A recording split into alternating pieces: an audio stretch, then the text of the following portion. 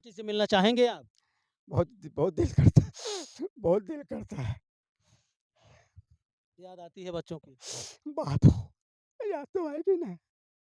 इनके सिवा हमारा है था ही को। एक माँ बाप के सगे भाई ने सब फेंक दिया हमारा। बारिश बारिश के अंदर, तूफान के अंदर बच्चे को उठा करके हम रात भर मंदिर में सोए। रात की जो बात हम जिंदगी भर नहीं भूलेंगे। वो एक तूफानी काली रात थी, भयानक। कहते हैं घर से भीख मांगो, चाहे कुछ भी करो, रोड पर जाओ, सो, कुछ भी करो। हमको भी निकाल दिया, उसी बेटे ने निकाला जिस बेटे के लिए हमने दूसरी शादी की। आया था प्रॉपर्टी 2 करोड़ की, सब हड़प गई, सब लूट गया। मेरी बेटी को कहाँ रखे? नमस्कार दोस्तों, अभी मैं हूँ जनपद सुल्तानपुर में। आपको बता दें कि अभी आपने हमारे चैनल पर कुछ महीने पहले एक वीडियो देखा था कि एक बेबस पिता को बेटे ने घर से निकाल दिया। आज मैं बात करता हूँ इस कलयुग ज़माने में जिस बेटे को पाल पोस करके बड़ा किया, उसकी शादी कर दिया, उसी बेटे ने बाप को घर से धक्का मार करके निकाल दिया। बाप दर दर की ठोकर खाने को मजबूर। कभी ऐसा समय था कि ये बूढ़ा पिता उस बेटे को अपने कंधे पे लेकर के रात दिन चलता रहता था। रहने का कोई ठिकाना नहीं था, खाने के लिए कोई दाने नहीं थे। आज उस बेटे की परवरिश करके जब इस हालात पे पहुंचा दिए तो वही बेटा अपने बाप को इस हाल पे छोड़ दिया। दर दर गलियों गलियों में जा रहे हैं, कहीं भी इनका ठिकाना बनता है वहीं 2 रोटी खा करके सो जाते हैं। ऐसा करना उस बेटे के लिए उचित है या अनुचित है? आइए हम उस पिता, बेबस पिता, लाचार पिता से कुछ बातें करते हैं। आखिर उस इकलौते बेटे ने इस बूढ़े बाप को घर से क्यों निकाल दिया? क्या नाम है आपका? देवी प्रसाद गुप्ता। सर देवी प्रसाद जी, शादी आपकी कब हुई थी? पहली शादी हम आजमगढ़ मऊ जिले के कैनवर गांव में किए थे। तारीख तो नहीं मालूम है, मगर उसका एक बच्चा था। 1 साल तक सब ठीक चला। 1 साल के बाद मैं फिर दोबारा विदाई करने के लिए बम्बई से उतरा। औरत को लाने गया तो लोग ने विदाई नहीं किया, बच्चा हमारे पास ही रह गया। तो उन लोग विदाई नहीं किए। गाना जो भी गाना गीठो था हमारा दिया हुआ, सब कुछ लेके हड़प के बैठ गए हैं। कौन बैठ गया? ससुराल वाले हमारे। अच्छा, आप शादी किए तो शादी के कितने महीने बाद फिर आप मुंबई शहर गए कमाने के लिए? अंदाजा 6 महीने के बाद गए थे, पर वापस आए विदाई करने के बाद, करने के लिए तो 1.5 साल के बाद आए थे। तो हमारा बच्चा था। तो उन लोगों का कहना ये है कि जब हमारे पास बम्बई में करोड़ों की प्रॉपर्टी थी, आज वो लोग कहते हैं कि हमारी बेटी को ले जा कर के कहाँ रखोगे? तुम्हारा तो जो भी गोरेगांव में बनाया था, मलाड में बनाया था, प्रॉपर्टी 2 करोड़ की, सब हड़प गई, सब लूट गया। मेरी बेटी को कहाँ रखोगे? अब ये कहना है कि वो हमारा दौलत दे करके शादी किए थे या कुछ और समझ करके। आज हमारा टाइम ख़राब हो गया तो हमको निकाल दिए। वो लोग कहते हैं कि कहाँ रखेगा हमारी बेटी को? अच्छा, मुंबई में जब आपकी औरत की वो लोग विदाई नहीं किए, आपकी पत्नी नहीं आई तो फिर आप मुंबई चले गए? बम्बई चले गए। तो जब बम्बई चले गए तो वहाँ आपने दूसरी शादी कर ली? दूसरी शादी की। तो जी। वो बीवी कहाँ है? वो है अभी भी जिंदा है, अलीबाग में, मुंबई के अंदर के साइड में अलीबाग है, रायगढ़ जिले में अलीबाग है, वहीं पर है। हमारा पूरा 10 आदमी का परिवार है। उस समय तो 9 आदमी का था, 7 आदमी का राशन कार्ड पे है। अब 9-10 हो गए होंगे, 4 साल से हम। वो बीवी आपके साथ नहीं रहती है? नहीं, वो भी छोड़ जो पहली बीवी थी उसके पास बच्चा भी था? हाँ तो बच्चा आपके पास था, आप मुंबई लेके गए थे? हाँ। तो फिर कब आए? बच्चे को कहाँ फेंकूँ मैं? उसको साथ में लेके गए, वहाँ दूसरी शादी के लिए। बच्चे के सुख के लिए हमने शादी किया था, अपने सुख के लिए नहीं। बच्चे को संभाल सके। बच्चे को मैं अभी गांव के गाजीपुर का कुछ बताऊं। बच्चे को मैं एक दिन हम संभाल नहीं सकते थे। कंपनी में उस समय हम नौकरी करते थे, रिलायंस कंपनी में। तो बच्चे को 1.5 साल के बच्चे को हम संभाल नहीं सकते थे। कंपनी वालों ने हमारी मदद की, 5,000 रुपया हमको अपने जवाबदारी पर दिया। उन्होंने, कंपनी वाले मैनेजर ने बोला बच्चे को गुप्ता जी अपने माँ बाप कोई घर गांव में होगा ना गाजीपुर में, उनको वहाँ छोड़ के आओ, यहाँ रहेगा और तुम आके ड्यूटी करो, तुम्हारी हालत ख़राब है, तुम्हारी नौकरी जाएगी नहीं, हम हैं। तो हम बच्चे को छोड़ने गए गाजीपुर, सादियाबाद हमारा गाँव है। जैसे 3 दिन का बच्चा थका हारा हुआ, हम भी थके हारे थे। ट्रेन के अंदर, पहले ट्रेन में काशी एक्सप्रेस में 3 दिन लगता था, आपको मालूम है, आप तो 24 घंटे लगते हैं। हाँ, बच्चा सोया हुआ था, हमारा बीच वाला भाई धंधे पर से आया 7:30 बजे, हमने उसका पैर छुआ। आप बड़े थे उससे? हम छोटे हैं, वो हमसे बड़ा, हमने अच्छा। उसका पैर छुआ। वो घर में गया, जैसे ही हमारे बच्चे को सोया हुआ देखा, हमारा अटैची देखा, अटैची रोड पर पटक दिया एकदम। ये हमारा घर ऐसे रोड है, रोड पर पटक दिया, सब चितर बितर हो गया सामान उसमें से। तो हम समझ गया सब कुछ। हालांकि उसी के घर में हमारा भी घर है, बिना हमसे पूछे, बिना आज्ञा लिया हमारे घर में भाई झोपड़ा था या गिरा हुआ था, हमारे घर को वो पक्का क्यों बनाया? उसमें बिल्डिंग में डाल दिया, बिल्डिंग में हम पक्का घर हमारा बना दिया है। हमारे घर के अंदर से हमको भगाया गया, और उस समय हमारी भाभी गुंडा लेके आई थी। तो उसको हम क्या कौन सा अंदाज़ा लगाएं अपने भाभी के बारे में, उस गुंडे के बारे में क्या रिश्ता लगाएं? हम तो गलत रिश्ता ही लगाएंगे ना, कि उसका कुछ गलत रिश्ता होगा जब ही तो वो गुंडे ने हमको भगाया। तो फिर कहाँ गए? फिर कहाँ गए? बच्चे को लेकर के हमारे बगल में ही सटा हुआ है, राधे कृष्ण का मंदिर है गांव में, ऐसे ही वहाँ रात भर सोए। लेकिन उस रात की जो बात हम जिंदगी भर नहीं भूलेंगे। वो एक तूफानी काली रात थी, भयानक। ऊपर से पत्थर गिर रहे थे इतने बड़े बड़े आकाश से, आंधी तूफान काली रात। ऐसे टाइम में, अरे दुश्मन भी ऐसे टाइम में किसी को आसरा देता है, दुश्मन भी आसरा देता है। हमारे सगे भाई ने, एक माँ बाप के सगे भाई ने सब फेंक दिया हमारा बारिश के अंदर, तूफान के अंदर। बच्चे को उठा करके हम रात भर मंदिर में सोए, बच्चे को उठा करके हम कंधे पर ले जा करके मंदिर में रात भर सोए। वहाँ से सवेरे उठ करके हम यहाँ से गए थे बम्बई अलीबाग से, स्टॉप पर गए, स्टैंड पर, वहाँ से पकड़े गाड़ी और फिर वापस अलीबाग चले आए, बच्चे को लेकर के चले आए। तो उसके बाद आसरा नहीं मिला जब हमको। मुंबई पहुंचे फिर क्या हुआ? हाँ जी, जब मुंबई पहुंचे तब क्या हुआ? बम्बई पहुँचे तो को होना क्या है, वही बच्चे को फिर संभालते रहे। आज वही बच्चा, उस बच्चे का शादी किया, 10 तक पढ़ाए उसको, तीनों बच्चों को हमने 10 तक पढ़ाया है। 2 बेटे हैं, 1 बेटी है। अच्छा, एक बेटा पहली वाली बीवी से है, हाँ। और 2 बच्चे आपकी दूसरी वाली बीवी हाँ, से एक बेटी और एक छोटा बेटा दूसरी वाली इस औरत से है। हैं। और पहली वाली शादी जो गांव में की है, मऊ में, आजमगढ़ मऊ में कहनवर गांव के में, उससे एक बड़ा वाला बेटा है। अच्छा, जिस बच्चे को लेकर के आप मुंबई गए थे, जी। जिस बच्चे के लिए आप जो है दूसरी शादी कर लिए, हाँ। तो वह बच्चा फिर मुंबई पहुंचने के बाद फिर क्या हुआ?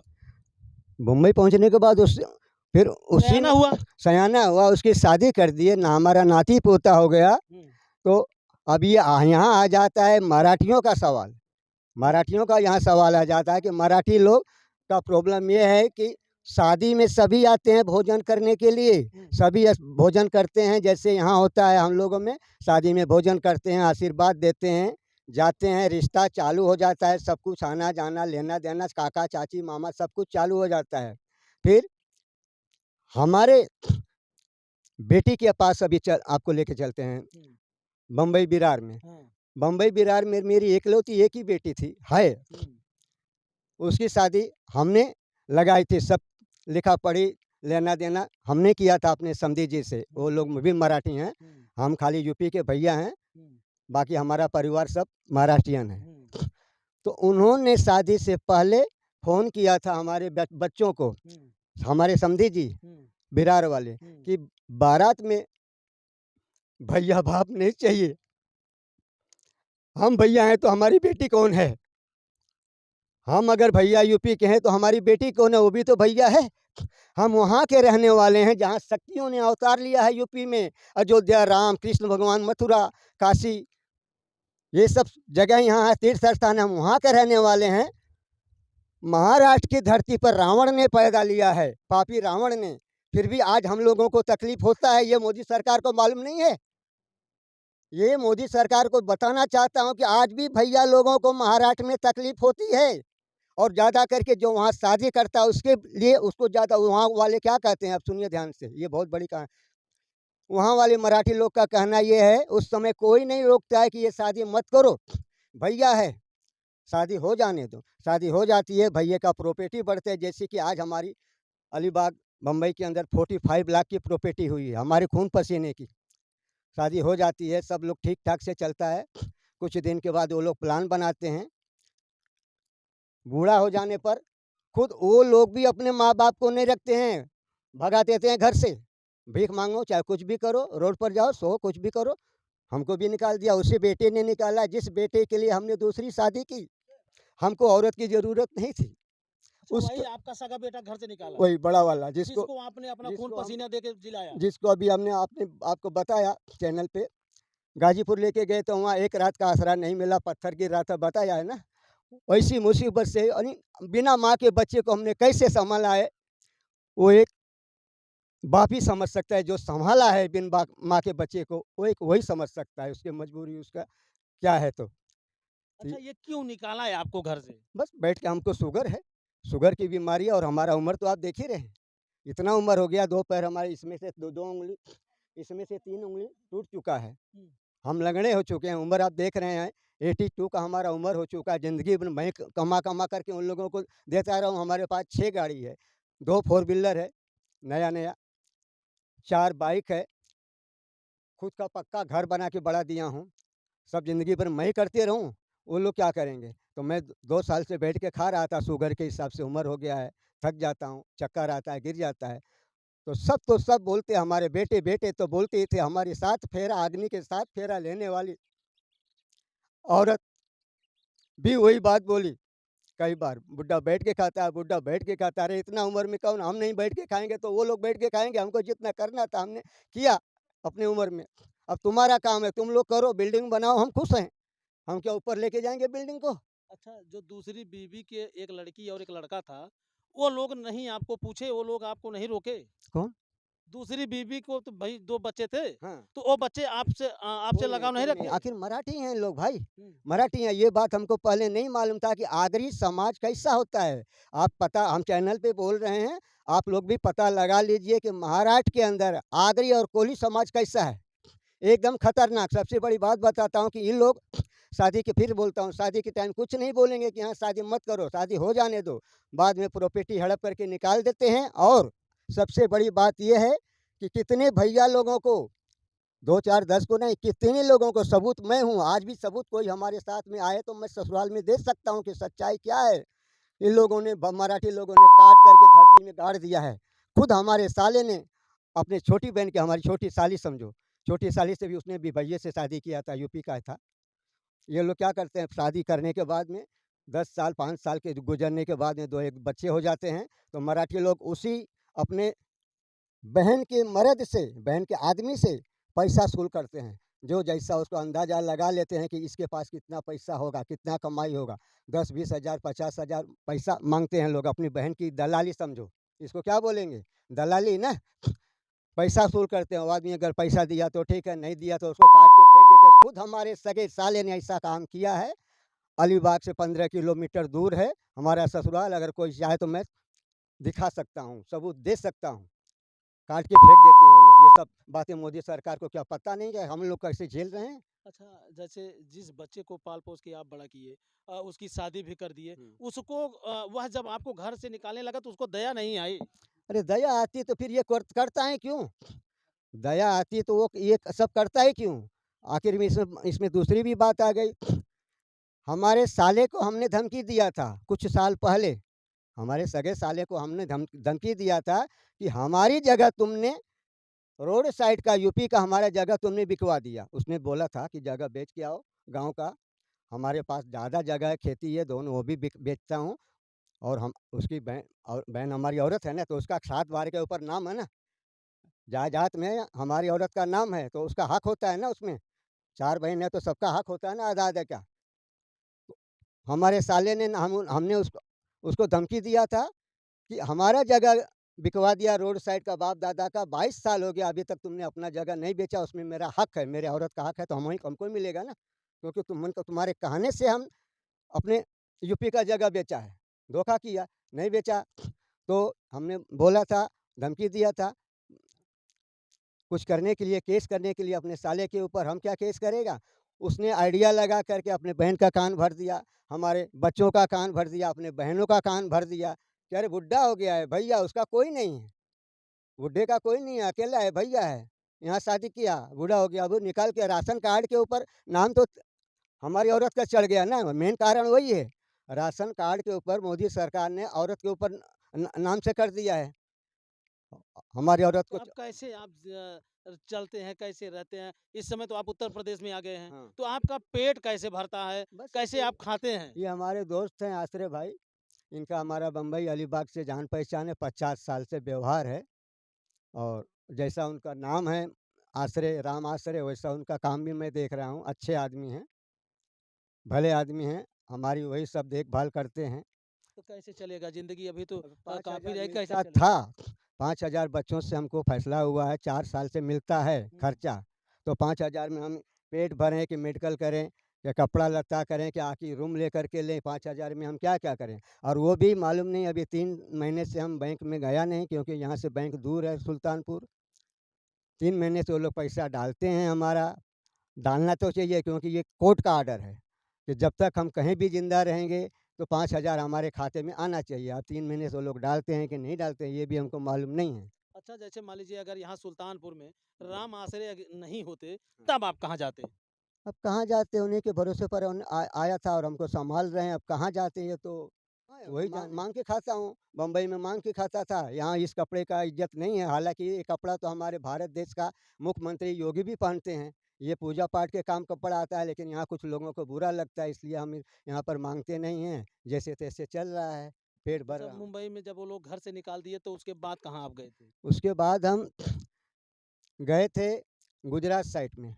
गुजरात, पाकिस्तान का बॉर्डर पड़ता है गुजरात, उस जगह का नाम है सत्ताधार। वहाँ सबसे बड़ा सच्चाई है, बड़ा भोलेनाथ के, हम भोलेनाथ के भक्त हैं, 21 साल से ज़्यादा हो गया है। तो वहाँ गए थे कि कुछ जुगाड़ पानी हो जाएगा, वहीं पड़े रहेंगे। लेकिन गुजराती लोगों का क्या है, वहाँ कुछ दूसरा तकलीफ नहीं हुआ। खाना वो लोग मीठा खाते हैं ना, खाना मीठा खाते हैं, इसलिए हम बीमार पड़ गए थे। वापस आ गए हम बम्बई अलीबाग में। तो आप क्या कहना चाहते हैं? क्यों आप सोशल मीडिया का सहारा ले रहे हैं? क्यों आप मीडिया पे आए हैं? हम ये चाहते हैं कि खाली ये केस मुकदमा हम अपने लिए नहीं लड़ रहे हैं। हमारा केस चल रहा है अलीबाग कोर्ट में बम्बई, अपने लिए नहीं लड़ रहे हैं। हम अलीबाग के क्रांतिकारी देशभक्त आदमी हैं, सच्चाई पर चलने वाले। 1 लाख, अब इसका सबूत तो हमारे पास नहीं है, मगर हमने गांव-गांव में घूम-घूम करके आधे महाराष्ट्र का में पता लगाया इतना उम्र में। 1,12,000 आदमी हमको लेकर के 1,12,000 लोगों ने यूपी बिहार के महाराष्ट्र में शादी किया है।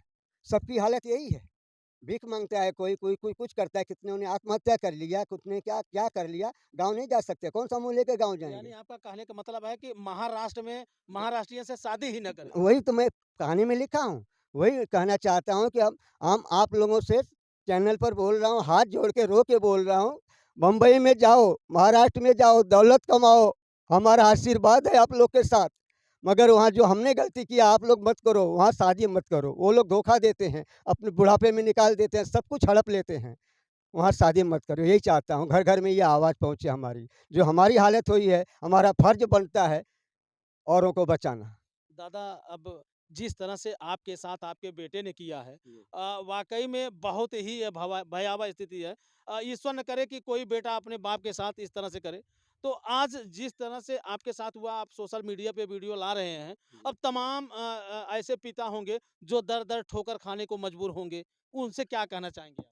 जो पाल-पोस के बड़ा कर दिए, उनको घर से निकाल दिया उनको गया है। आँखें खोल रहा हूँ मैं, ये गाना घर-घर पहुँचाना चाहता हूँ। ये गाना सुन करके, हमारी आवाज़ सुन करके, हमारे आँखों में आँसू देख करके किसी का तो कलेजा पसीजेगा, ये सोचेगा कि हाँ, बम्बईचा बुड्ढा काका ठीक बोलता है, सच्चाई होगी इसमें, जभी तो रो-रो के बोल रहा है। बम्बई में जाओ, फिर बोलता हूँ, बम्बई में जाओ, पैसा कमाओ, लेकिन वहाँ शादी मत करो, धोखा होता है। अच्छा, जो मुंबई में आप शादी किए थे, जो वहाँ पे बीवी थी, अब कभी आपको ढूँढी नहीं, कभी आपको कभी पता नहीं, नहीं? फ़ोन भी बंद है, सब कुछ बंद है। फ़ोन का आना-जाना, बेटी से हमको मिल करके, हमारी इकलौती बेटी है। 4 साल हो गया हमको घर से बाहर निकाले बच्चों को, 4 साल से उसकी शादी हुई, हम नाना बन गए हैं। फिर भी उसका शकल नहीं देखे बेटी का और अपने नाती-पोते का आज तक। हमारा नाती कैसा है, क्या है, फ़ोन पर कोई कुछ नहीं। बेटी से मिलना चाहेंगे आप? बहुत बहुत दिल करता है, बहुत दिल करता है।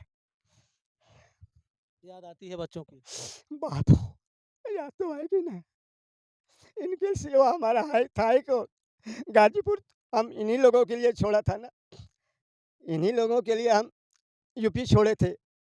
इन लोगों ने भी धोखा दे दिया, दौलत हड़प करके प्रॉपर्टी हमारी बैठे हैं अलीबाग में। वहाँ की भी हमारा सब ज़मीन बेच करके इन लोगों को पैसा दिया। 7.5 लाख रुपया अपने बच्चों को दिया, वो सबूत हमारे पास है। वो मैं कोर्ट को दिखा चुका हूँ, फिर भी कोर्ट हमको न्याय नहीं देता है। हम कोर्ट से न्याय मांग रहे हैं रो रो करके। हम यही कहते हैं कोर्ट को, 11 महीना चल रहा है, इस जो हमारा केस चलता अभी चालू है अलीबाग में, उस केस का नाम है, मराठी में कहते हैं ज्येष्ठ नागरिक केस, और यहाँ यूपी में कहा जाता है बूढ़े आदमी का केस। बूढ़े आदमी का केस ज्येष्ठ नागरिक केस है ये। 6 महीने के अंदर ये केस ख़त्म होना चाहिए और हमारे हक में फैसला होना चाहिए। घर हमको मिलना चाहिए। 6 गाड़ी हमारे पास है, वो लोग को दे दो, वो लोग ड्राइवर है। घर हमको दे दो, हमने घर बेच करके उनको पैसा दिया है, वो सबूत हमारे पास है। हम जज से चिल्लाते रहे, कोर्ट में कोई नहीं सुनता है, तो हमने जज से झगड़ा किया। आपकी बार जज से झगड़ा किया, हमने बोला जब हम 6 महीने के केस वाले में 11 महीना लग गया, हमारे बच्चे लोग कोई हाजिर नहीं होता है, तो घर हमें दे दो, एक तरफा फैसला करो। कौन सा बुरा बोला? एक साइड से फैसला करो, हम बाप हैं, हमें घर दे दो, उनको गाड़ी दे दो। तो कोर्ट ने अभी तक फैसला नहीं कर रहा। कोर्ट सुनता नहीं हमारा, कोई नहीं सुनता है मराठी में। वो लोग अभी अभी आप अभी आपको एक सबसे बड़ी बात बताता हूँ, ये थोड़ी शर्मनाक बात है उन लोगों के लिए जो पाप करते हैं मराठी लोग। आज हमको मराठी लोग क्या कहते हैं? हमारी बहन बेटी से शादी किया रहा है बम्बई में, महाराष्ट्र में, हमारी बहन बेटी सामने, यही समाज है महाराष्ट्र में, धोखा देने वाली ऐसी समाज है। अरे यहाँ वो लोग बोलते हैं यूपी में जाओ, अरे राम हमारा खून का रिश्ता है यहाँ, खून का 10 आदमी का 9 आदमी का हमारा यहाँ परिवार है महाराष्ट्र में। ये भूल जाऊँ मैं? इतना जल्दी भूल सकता हूँ? अभी तो 4 ही साल हुआ है। ये भूलने वाली बात है। वो लोग कहते हैं यूपी में जाओ, गाँव में अच्छा, जाओ। अगर अब वो लोग अगर बुलाएंगे आपकी पत्नी आपके बेटे, तो आप चले जाएंगे? नहीं, धोखा है, धोखा है। कोर्ट कोर्ट भी 2 बार बोला कि काका पहले जैसे आप जा कर के परिवार में रहो। हम वकील को बताया, वकील ने भी बोला, गाँव खुद अलीबाग के लोकल लोग भी बोले काका ऐसे परिवार में फिर कभी जाना नहीं, तुमको जो 5,000 मिलता है उसको तो छोड़ो, वो भी बंद हो जाएगा, तुमको खाने में जहर दे देंगे लोग, ये सोच के देंगे। अरे बुड्ढा फिर आ गया बैठ के खाने के लिए, बुड्ढा फिर आ गया बैठ के खाने के लिए, वो लोग खाने में जहर इसलिए डाल देंगे कि किस्सा खत्म हो जाएगा। अरे बूढ़ा है, मर गया, कोई पूछेगा तो क्या बताएंगे? बीमार था, मर गया। क्या कहना चाहेंगे योगी सरकार से आप? योगी सरकार से हम मिल के आए हैं, हाथ मिला के आए हैं, वहाँ हमारा पेपर है। सिंधे सरकार का 3-2.5 साल पहले योगी जी हम आपके पास आए थे, आपसे हाथ मिलाए जनता बाजार में, पेपर आपके हाथ में है हमारा, हम दिया हुआ है। हमारा उस टाइम मोबाइल ख़राब हो गया था, फिर हम ध्यान नहीं दिए, हम वापस बम्बई चले आए। हम यही चाहते हैं कि हमको न्याय मिले।